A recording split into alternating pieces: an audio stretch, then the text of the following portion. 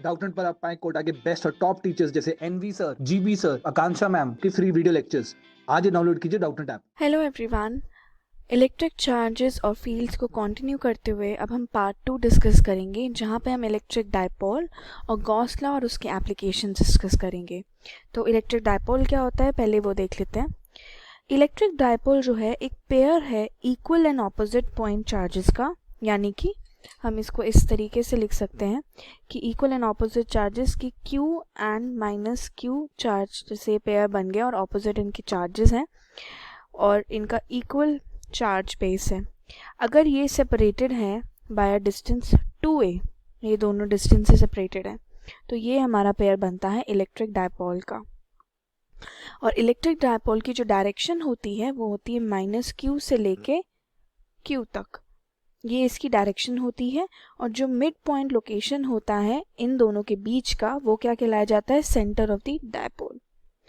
तो अगर हम बात करें, अगर हमारे दो चार्जेस हैं इस तरीके से, Q and minus Q charges हैं ये हमारे, ठीक है, यहाँ पे, तो यहाँ से हमारी इस तरीके से इलेक्ट्रिक फील्ड लाइंस पास हो रही हैं इधर, ठीक है, यहाँ से ऐसे हमारी इलेक्ट्रिक फील्ड लाइंस जा रही हैं और इधर से हमारी वो आउट हो रही हैं, ठीक है, और इधर से हमारी एंटर हो रही है, इधर से भी हमारी ऐसे बाहर की तरफ मूव हो रही है। तो ये अगर दोनों डिस्टेंस से सेपरेटेड है 2a से, ये तो इलेक्ट्रिक डायपोल सेटअप कहलाया जाता है। और जो टोटल चार्ज होता है इलेक्ट्रिक डायपोल का वो क्या होता है, 0। टोटल चार्ज जो होता है यहाँ पे एक इलेक्ट्रिक डायपोल का वो 0 होता है। और क्योंकि चार्जेस सेपरेटेड हैं कुछ डिस्टेंस से, तो इलेक्ट्रिक फील्ड जो है कैंसिल आउट हो जाता है। डायपोल मोमेंट एक मैथमेटिकल प्रोडक्ट हो गया, सेपरेशन जितना है दोनों डायपोल के बीच में और मैग्नीट्यूड जितना है, तो डायपोल मोमेंट को हम P से डोनेट करते हैं और वो इक्वल रहता है 2a उनके बीच का अगर डिस्टेंस है इनटू चार्ज Q। ये हमारा क्या कहलाया जाता है, डायपोल मोमेंट। कुछ मॉलिक्यूल्स होते हैं जैसे कि वाटर H2O की बात करें, उनका परमानेंट डायपोल मोमेंट होता है क्योंकि जो चार्जेस होते हैं वो कोइंसाइड नहीं करते, और ये मॉलिक्यूल्स को कहते हैं हम पोलर मॉलिक्यूल्स। परमानेंट डायपोल्स जिनका डायपोल मोमेंट इररिस्पेक्टिव रहता है या एक्सटर्नल फील्ड से, उनको क्या कहते हैं, परमानेंट डायपोल कहते हैं। और उनका डायपोल मोमेंट जो है इररिस्पेक्टिव होता है एक्सटर्नल इलेक्ट्रिक फील्ड से। तो यहाँ पे हमारे परमानेंट डायपोल भी आते हैं, यानी कि जिनका डायपोल मोमेंट होता है इररिस्पेक्टिव किसी भी एक्सटर्नल इलेक्ट्रिक फील्ड के, वो कहलाए जाते हैं परमानेंट डायपोल्स। और पोलो मॉलिक्यूल्स वो होते हैं जिनका डायपोल परमानेंट डायपोल होता है, जैसे कि H2O की बात करें हम, वो क्या कहलाए जाएंगे, परमानेंट पोलो मॉलिक्यूल्स, क्योंकि इनका परमानेंट डायपोल्स होते हैं। तो ये हमारा क्या है, इलेक्ट्रिक डायपोल क्या होता है। अब हम बात करेंगे कि इलेक्ट्रिक फील्ड की अगर हम बात करें क्या होगी एक इलेक्ट्रिक डायपोल की। चलिए अब हम डिस्कस करते हैं electric field of an electric dipole, इसकी बात कर लेते हैं, ठीक है। तो इलेक्ट्रिक फील्ड जो इलेक्ट्रिक डायपोल की होती है एक पॉइंट इन स्पेस, वो डिपेंड किस पे करती है, पोजीशन जो है पॉइंट की, ठीक है। इलेक्ट्रिक फील्ड जो एक डायपोल की है वो डिपेंड किस पे करती है, पोजीशन क्या है पॉइंट का, ठीक है, उस पर डिपेंड करती है।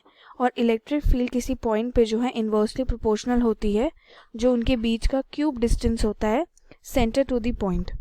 और अगर बहुत ही छोटा डायपोल है और 2a अप्रोच करता है 0, उसको हम क्या कहते हैं, इलेक्ट्रिक पॉइंट डायपोल।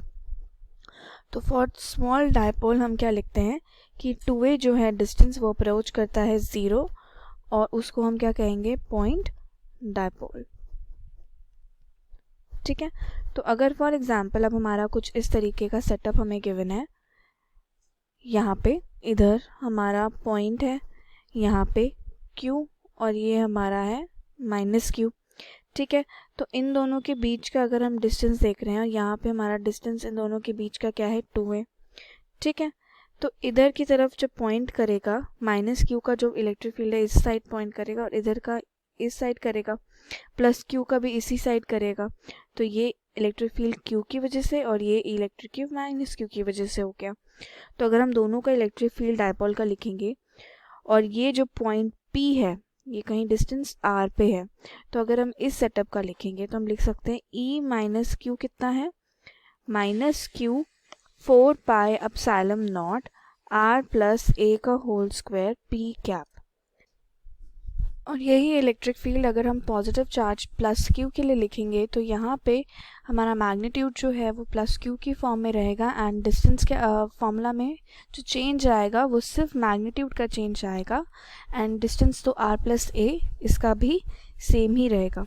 यहाँ पे डिस्टेंस आर माइनस ए होगा जब हम माइनस क्यू की बात कर रहे हैं, और प्लस चार्ज के केस में जो है ये डिस्टेंस कितना हो जाएगा, ये हमारा माइनस आर माइनस ए हो जाएगा होल स्क्वायर, और डायरेक्शन इसकी भी पी कैप ही रहेगी। तो सुपरपोजिशन लॉ के चक्कर में जब हम इन दोनों को ऐड कर लेंगे तो हमारा total electric field point P पे निकाल सकते हैं। तो वो कितना हो जाएगा, टोटल जो फील्ड आएगा फिर हमारा पॉइंट पी पे वो कितना हो जाएगा, ई से डिनोट करेंगे तो इन दोनों का समीशन होगा, तो वो हो जाएगा E plus Q plus E minus Q. यानी कि जब इन दोनों को हम ऐड कर देंगे तो हमारा टोटल जो इलेक्ट्रिक फील्ड है वो कितना हो जाएगा, E is equal to Q 4 A R by 4 pi epsilon not R square minus A square का होल स्क्वायर पी कैप। ठीक है, और अगर हम r को कंसिडर करें कि वो a के कंपैरिजन में बहुत बड़ा है तो E हमारा कितना हो जाएगा, E हमारा आएगा 4qa by 4 pi epsilon not r हमारा ये हो जाएगा r क्यूब।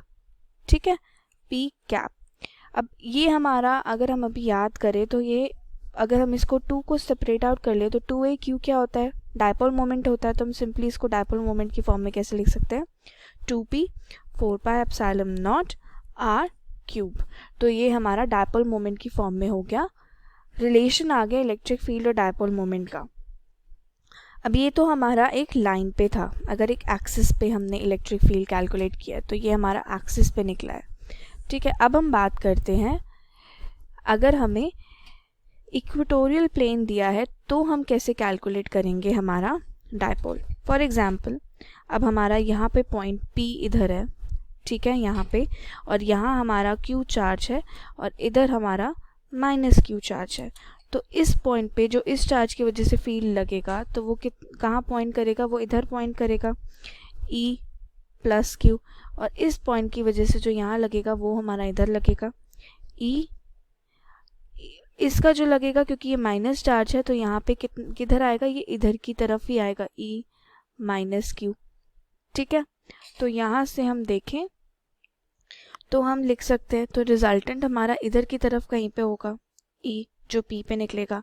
तो यहाँ पे हमारा कितना रिजल्टेंट आएगा, ये डिस्टेंस हम जो ले रहे हैं ये R है और इन दोनों के बीच का डिस्टेंस 2 है। तो हम सिंपली लिख सकते हैं E is equal to E plus Q minus Q बराबर रहेगा, तो ये कितना हो जाएगा, Q by 4 pi epsilon not into R square plus A square.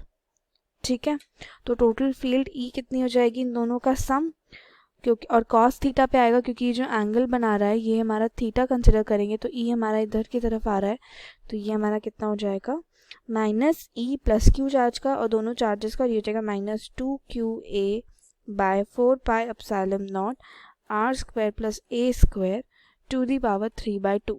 Cos theta यहाँ से निकालेंगे तो हम कॉस थीटा जो है हम इसकी फॉर्म में ब्रेकअप करके निकालेंगे r और 2a की फॉर्म में। तो यहाँ ये डिस्टेंस हमारा कितना हो गया, a, ये भी हमारा a हो गया, तो इनकी फॉर्म में हम थीटा निकालेंगे तो हमारा आ जाएगा, थीटा की वैल्यू वो पुट कर देंगे तो ये हमारा r square plus A square की पावर 3/2 हो जाएगा। और यहाँ पे भी अगर r हमारा मच ग्रेटर देन a हो गया तो इलेक्ट्रिक फील्ड E कितनी हो जाएगी हमारी, minus 2qa by 4 pi epsilon not r cube p cap. यानी कि इसको ब्रेकअप करके हम लिख सकते हैं minus p by 4 pi epsilon not r cube. ये हमारा इलेक्ट्रिक फील्ड आ गया इक्वेटोरियल प्लेन पे डायपोल के। अब हम एक एग्जाम्पल से देखते हैं। अब हमें क्वेश्चन फॉर एग्जांपल देखिए, क्वेश्चन में दिया है कि हमें इलेक्ट्रिक फील्ड कैलकुलेट करना है। कहाँ पे मिड पॉइंट है, एक लाइन जॉइनिंग 3 और 3 -3 u। तो एक लाइन है हमारी, पॉइंट ले लेते हैं A और B। A पॉइंट पे हमारा +3 माइक्रोकूलम रखा है और B पे -3 माइक्रोकूलम रखा है, और यहाँ कुछ पॉइंट है हमारा मिडिल O, ठीक है, जो कि इनके बीच का जो डिस्टेंस है वो कितना है, 20 सेंटीमीटर। यूज़ करना है फॉर्मूला, और इक्विलेटरल फील्ड हमें डायपोल का एक्सिस का निकालना है, ठीक है। तो आप इसी को अभी जैसे हमने कैलकुलेट किया था, हम लिखेंगे E1 का कितना आएगा, और टोटल हमारा E कितना था जब हमने एक्सिस पे किया था, 2q/4πε0 A², ठीक है।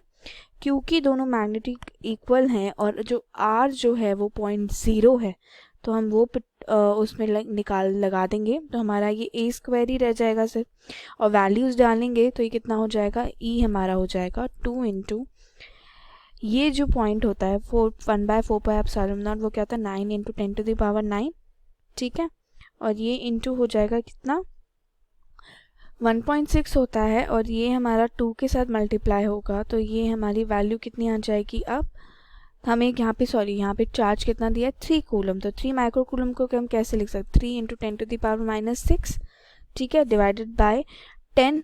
डिस्टेंस कितना है हमारा, 10 आ रहा है, तो 10 इंटू 10⁻⁻2 का होल स्क्वायर लिख देंगे। तो यहाँ से जो हमारी वैल्यू आ जाएगी कितनी हो जाएगी, 5.4 इंटू 10⁻6 न्यूटन पर कूलम। तो इसकी डायरेक्शन किसके अलॉन्ग होगी, OB के अलॉन्ग, क्योंकि इस पॉइंट से जो हमारा चार्ज होगा वो इधर की पॉइंट करेगा, और इससे जो होगा वो हमारा इधर, तो यहाँ हमारा ये एडअप हो जाएगा। तो ये हमारी जो है कितना आएगा, E1 + E2। तो यहाँ पे हमारा ये जो चार्ज है ऐसे आएगा, OA के अलॉन्ग, ठीक है, OB के अलॉन्ग आएगा। अब हम बात करेंगे नेक्स्ट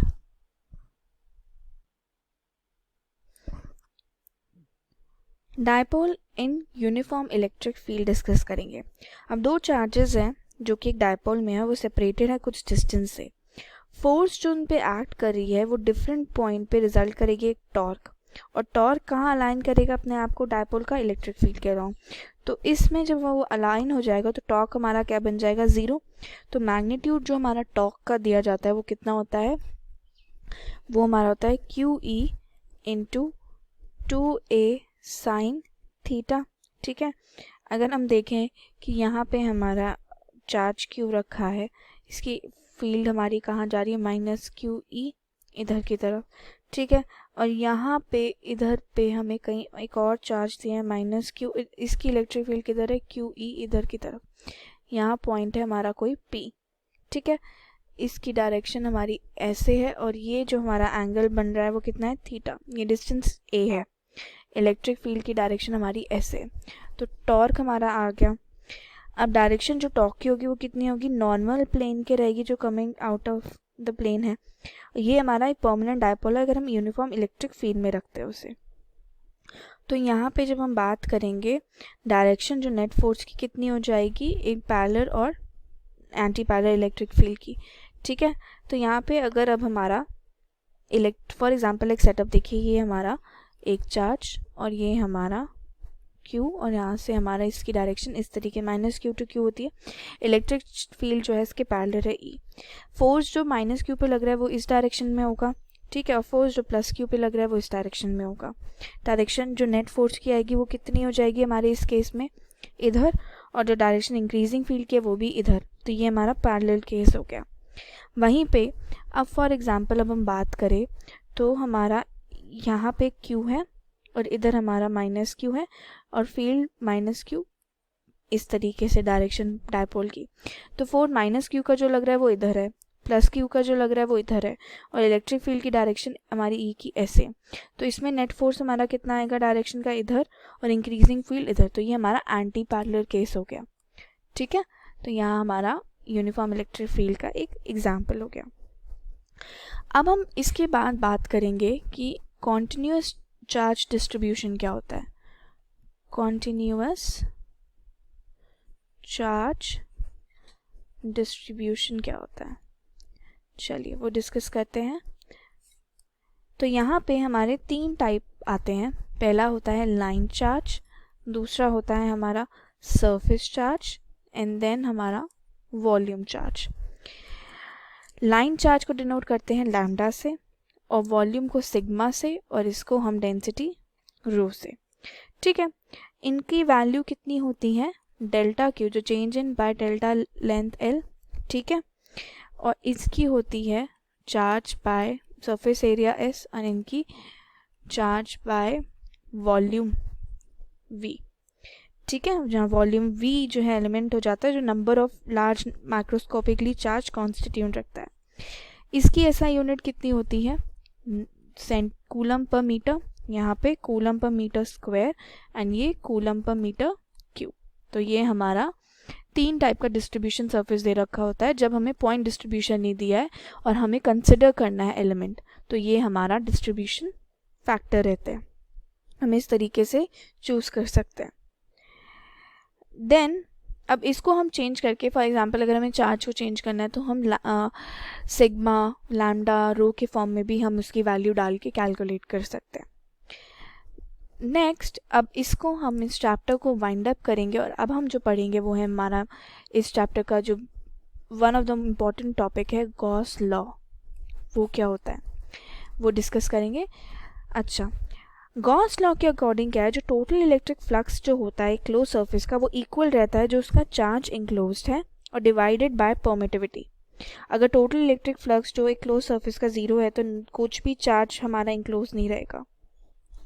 तो पहले तो ये सिर्फ ट्रू हमारा होता है, ये ट्रू है फॉर एनी क्लोज्ड सरफेस।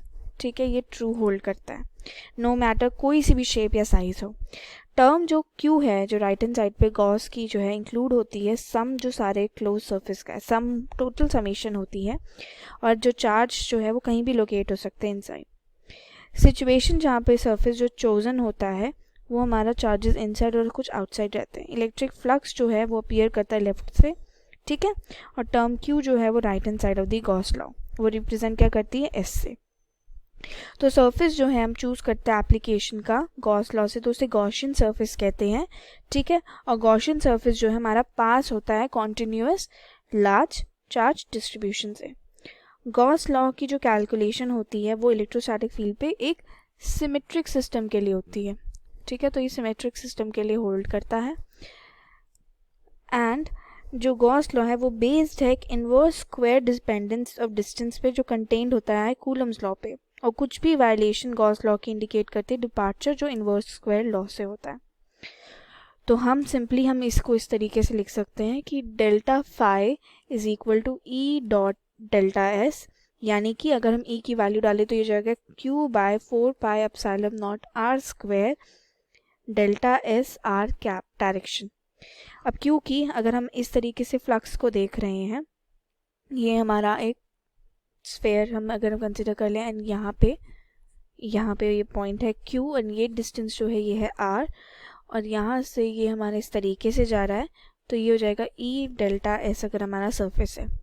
तो R और डेल्टा S क्या है, सेम डायरेक्शन रहेगी, तो यहाँ से हमारा डेल्टा फाई कितना हो जाएगा Q by 4 pi epsilon not R square delta S।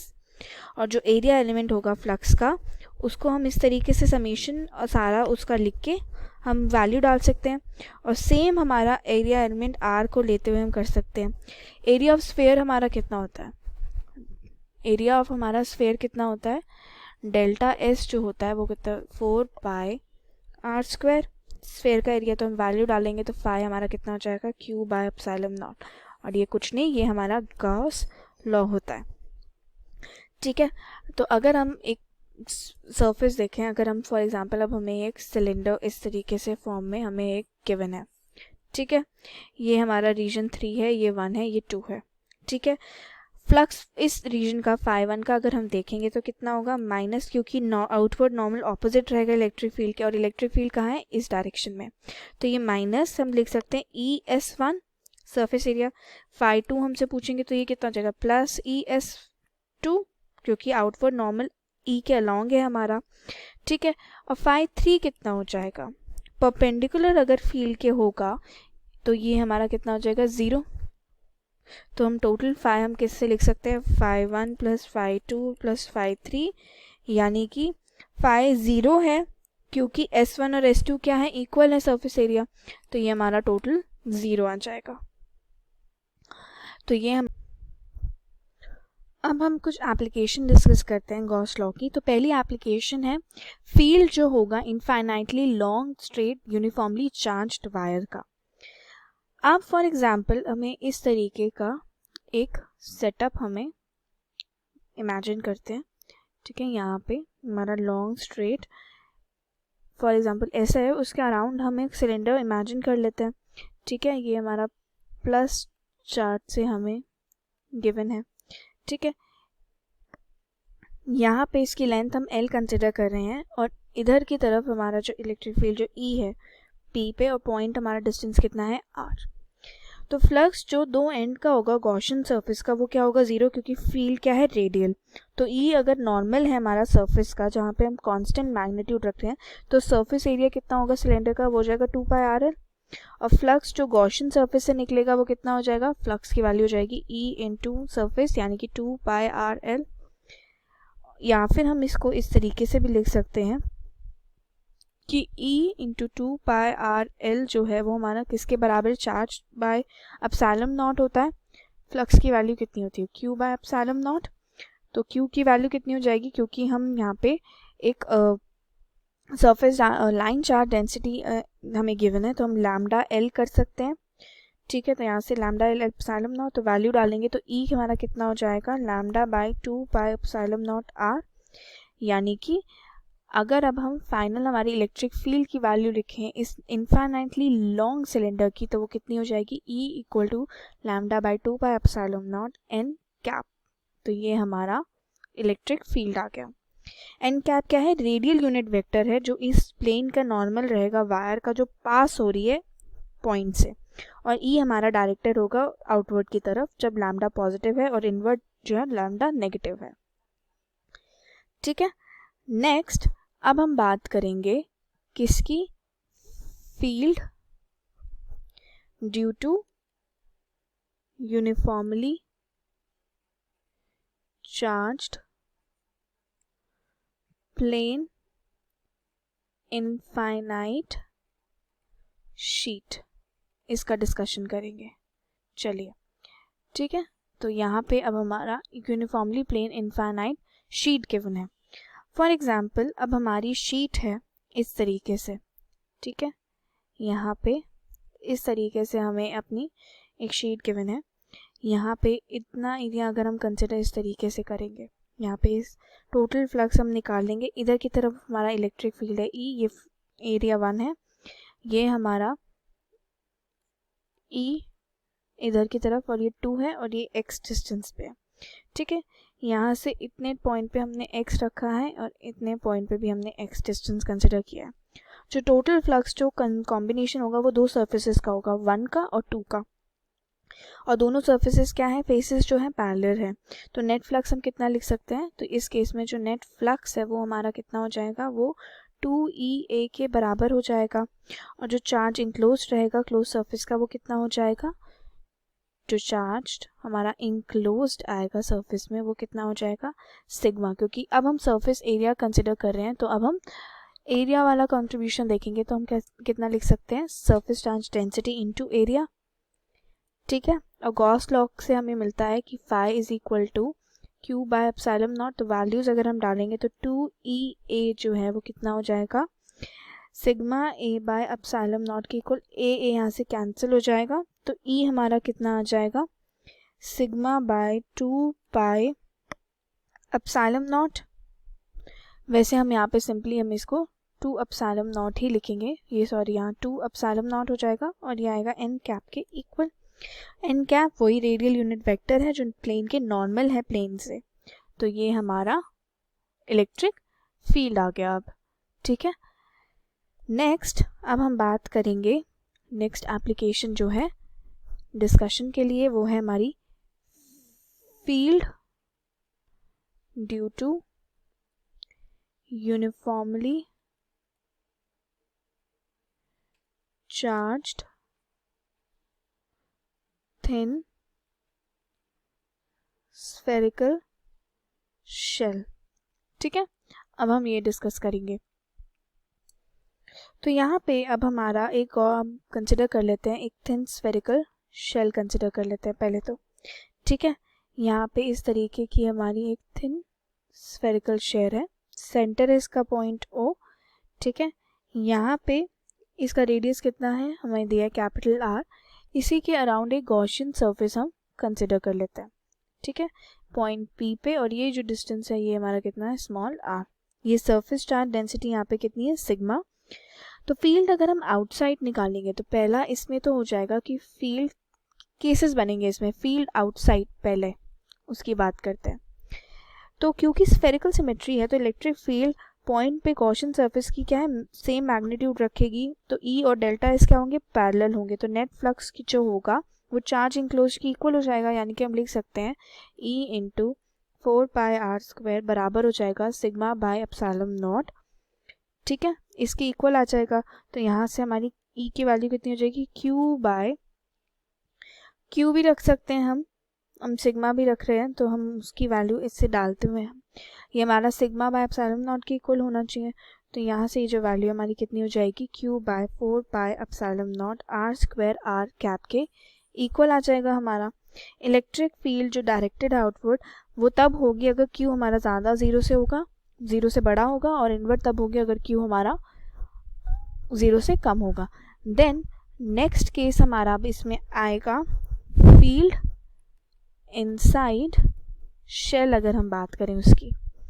तो अब यहाँ पे हमारा यही सेम रिंग है। ठीक है, अब हमने इनसाइड गॉसियन सरफेस कंसिडर किया, तो ये डिस्टेंस R है, ये हमारा कैपिटल R है, ये पॉइंट O है। ठीक है, स्फेरिकल सिमेट्री से हम देखेंगे कि इलेक्ट्रिक फील्ड हर पॉइंट पे क्या होगा, गॉसियन सरफेस का सेम मैग्नीट्यूड रखेगा, क्योंकि E और डेल्टा इस जो है पैरेलल है। तो यहाँ पे भी कितना हो जाएगा, E इंटू 4πr², और नेट चार्ज क्योंकि गॉसियन सरफेस इंक्लोज नहीं कर रहा कुछ भी चार्ज, क्योंकि अब इनसाइड लाई कर रहा है, तो यही कितना हो जाएगा हमारे 0 के इक्वल, यानी कि इनसाइड इलेक्ट्रिक फील्ड कितनी आ गई हमारी थिन स्फेरिकल शेल की, 0। ठीक है, तो ये हमारा 2 केसेस हो गए। तो electric field due to uniform charge thin जो है वो 0 होगी हर पॉइंट पे इनसाइड जब हम बात करेंगे। तो ये हमारा था आज electric field charges and field का पार्ट 2। नेक्स्ट अब हम इलेक्ट्रोस्टैटिक पोटेंशियल और कैपेसिटेंस डिस्कस करेंगे। तो हमारा वीडियो देखते रहिए एंड शेयर करिए एंड लाइक करिए। Thank you so much. Class 6 से 12 से लेके नीट, IIT, JEE मेंस और एडवांस के लेवल तक 10 मिलियन से ज़्यादा स्टूडेंट्स का भरोसा।